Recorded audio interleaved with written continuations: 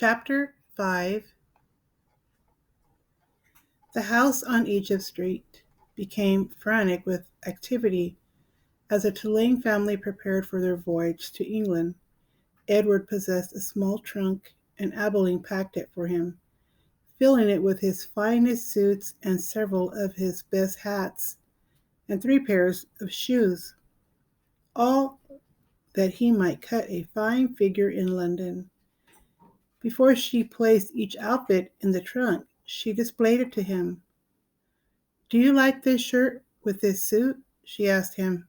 "Or would you like to wear your black derby? You look very handsome in it. Shall we pack it?" And then finally, on a bright Saturday morning in May, Edward and Abilene and Mr. and Mrs. Tulane were all aboard the ship, standing at the railing. Pellegrina was at the dock. On her head she wore a floppy hat strung around with flowers. She stared straight at Edward. Her dark eyes glowed. "Goodbye," Abilene shouted to her grandmother. "I love you." The ship pulled away from the dock. Pellegrina waved to Abilene. "Goodbye, lady," she called. "Goodbye." Edward felt something damp in his ears. Abilene's tears, he supposed. He wished that she would not hold him so tight. To be clutched so fiercely often resulted in wrinkled clothing. Finally, all the people on land, including Pellegrina, disappeared. Edward, for one, was relieved to see the last of her. As was to be expected, Edward Tulane exacted much attention on board the ship. "What a singular rabbit," said an elderly lady with 3 strings of pearls wrapped around her neck. She bent down to look more closely at Edward. "Thank you," said Abilene.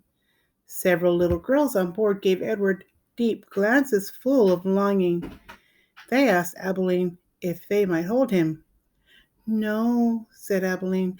"I'm afraid that he's not the kind of rabbit who likes to be held by strangers." 2 young boys, brothers named Martin and Amos, took a particular interest in Edward. "What does he do?" Edward asked Abilene on their second day at sea. He pointed at Edward, who was sitting on a deck chair with his long legs stretched in front of him. "He doesn't do anything," said Abilene. "Does he wind up somewhere?" asked Amos.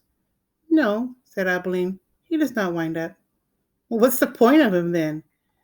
said Martin. "The point is that he is Edward," said Abilene. "That's not much of a point," said Amos. "It's not," agreed Martin. And then, after a long, thoughtful pause, he said, "I wouldn't let anybody dress me like that." "Me neither," said Amos. "Do his clothes come off?" asked Martin. "Of course they do," said Abilene. "He has many different outfits, and he has his own pajamas too. They are made of silk."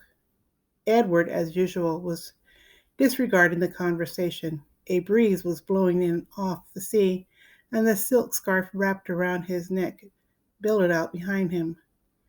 On his head he wore a straw boater. The rabbit was thinking that he must look quite dashing.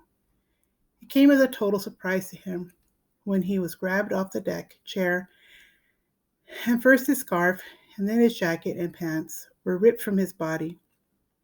He heard his pocket watch hit the deck of the ship and then held upside down.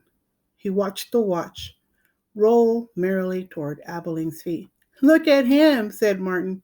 "He's even got underwear." He held Edward aloft so that Amos could see. "Take it off," shouted Amos. "No!" screamed Abilene. Martin removed Edward's underwear. Edward was paying attention now. He was mortified. He was completely naked except for the hat on his head, and the other passengers on board the ship were looking at him, directing curious and embarrassed glances his way. "Give him to me," screamed Abilene. "He's mine." "No," said Amos to Martin. "Give him to me." He clapped his hands together and then held them open. "Toss him," he said. "Please," cried Abilene. "Don't throw him. He's made of china. He'll break." Martin threw Edward, and Edward sailed naked through the air. Only a moment ago, the rabbit had thought that being naked in front of a shipload of strangers was the worst thing that could happen to him. But he was wrong. It was much worse being tossed in the same naked state from the hands of one grubby, laughing boy to another. Amos caught Edward and held him up, displaying him triumphantly. "Throw him back!" called Martin.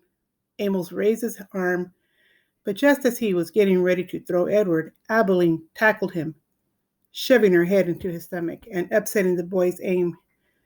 So it was that Edward did not go flying back into the dirty hands of Martin. Instead, Edward Tulane went overboard.